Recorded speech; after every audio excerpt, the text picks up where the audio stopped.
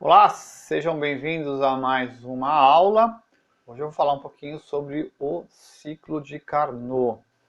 A segunda lei da termodinâmica estabelece que é impossível construirmos uma máquina térmica que, operando em ciclos, consiga transformar em trabalho útil todo o calor recebido, ou seja, todo o calor retirado da fonte quente.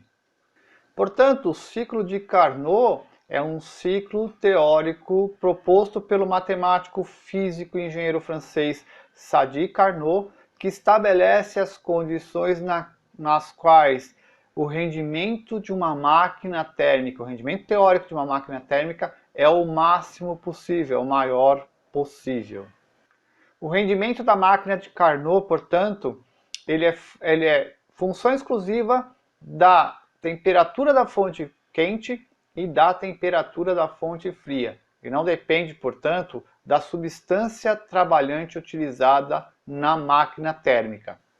O ciclo é constituído por duas transformações adiabáticas e duas transformações isotérmicas, conforme a imagem que aparece aí na nossa tela. E divide-se basicamente em duas partes. A máquina de Carnot tem sempre o maior rendimento possível entre as máquinas que operam sobre a mesma fonte. Todas as máquinas de Carnot têm o mesmo rendimento, também se operar nas mesmas fontes.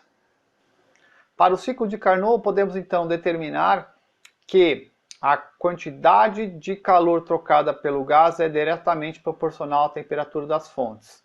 Portanto, o rendimento da máquina de Carnot será dada por essa equação que aparece aí na nossa tela. A equação que dá o rendimento máximo, o rendimento teórico máximo de uma máquina térmica que obedece ao ciclo de Carnot.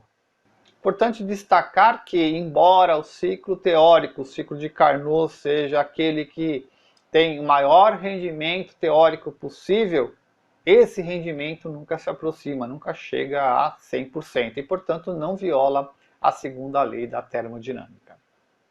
Bom, agora que a gente falou um pouquinho sobre o ciclo de Carnot, nós vamos lá para o quadro para ver como é que funciona isso aplicado num exercício. Vem comigo. Bom, então aqui no nosso exemplo de aplicação, uma máquina térmica opera entre duas fontes. A fonte fria, menos 73 graus Celsius, e a fonte quente, 227 graus Celsius. Aqui é importante que se diga que toda vez que eu estiver trabalhando com temperaturas, eu estou trabalhando no ciclo de Carnot. Também é importante que a gente ressalte que a fonte fria sempre é menor do que a fonte quente, ou seja, T2 então será menos 73 graus Celsius, T1 227 graus Celsius, tá? Então, segundo o ciclo de Carnot, tá aqui. Recebendo da fonte quente, 1000 joules por ciclo. Então, o Q1 é a quantidade de calor que a máquina está recebendo e, portanto, é a quantidade de calor da fonte quente. Eu não posso trabalhar em graus Celsius, eu tenho que trabalhar em Kelvin aqui. Então eu vou somar 273 e eu vou ter aqui 200 Kelvin, a fonte fria, e aqui eu vou ter então 500 Kelvin, a nossa fonte quente, a fonte quente da máquina. Bom, já estou pronto para fazer aqui então a resolução do exercício. O que ele quer que a gente determine o rendimento da máquina. Então, o rendimento da máquina de Carnot vai ser 1 menos a temperatura da fonte fria dividido pela temperatura da fonte quente. Ou seja, esse rendimento vai ser 1 menos 200 sobre 500. Ok? Eu vou cortar esses dois zeros aqui. Ok? Eu peguei duas partes de 5, então sobraram 3 partes de 5, ou seja, o rendimento dessa máquina é 0,6, que equivale a 60%.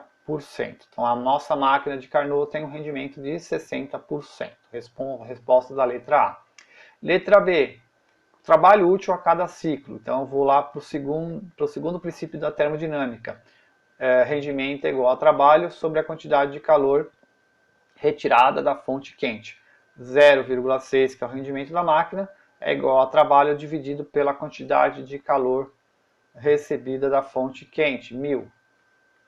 Portanto, se eu multiplicar em cruz, eu vou chegar que o trabalho que essa máquina realiza, o trabalho útil por ciclo, é igual a 600 joules. Deixa eu arrumar esse trabalho aqui, vou deixar esse negócio mais bonitinho. E a letra C, o calor rejeitado para a fonte fria a cada ciclo. Então, letra C, eu quero a quantidade de calor rejeitado, ou seja, o Q2. Quanto vale o Q2? Vou de novo lá para a conservação de energia. Trabalho realizado, trabalho útil realizado é igual à quantidade de calor recebida menos a quantidade de calor rejeitada. Ou seja, 600 é igual a 1000 menos Q2 e, portanto, a quantidade de calor rejeitada para a fonte fria vai ser 1000 menos 600, ou seja, a máquina rejeita por ciclo uma quantidade de calor de 400 joules. Bom, pessoal, então essa foi a nossa aula sobre o ciclo de Carnot. Espero que vocês tenham gostado, espero que vocês tenham aproveitado. Um abraço, a gente se vê na próxima aula então. Tchau, tchau.